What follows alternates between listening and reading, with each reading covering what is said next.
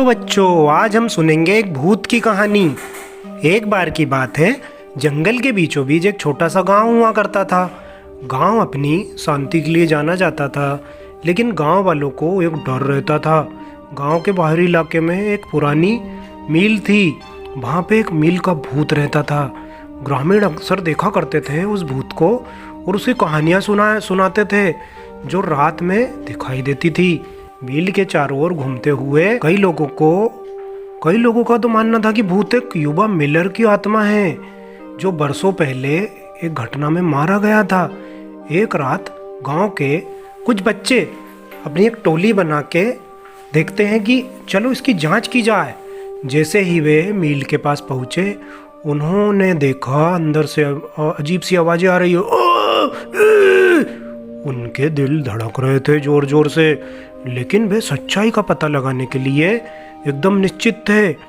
जैसे ही वे धीरे धीरे मील में घुसे, उन्होंने देखा एक कोने में कुछ खड़ा है।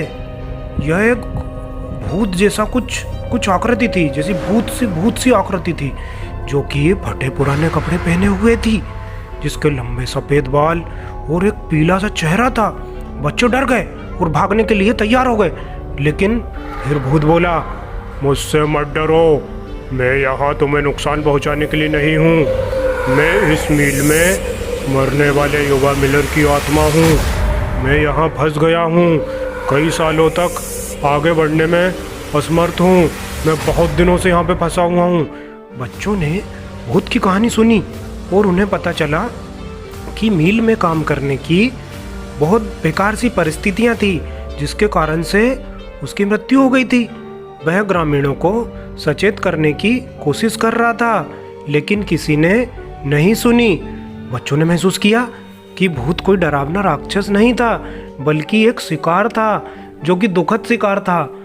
भूत पर तरस खाकर बच्चों ने उसकी मदद करने का फैसला किया।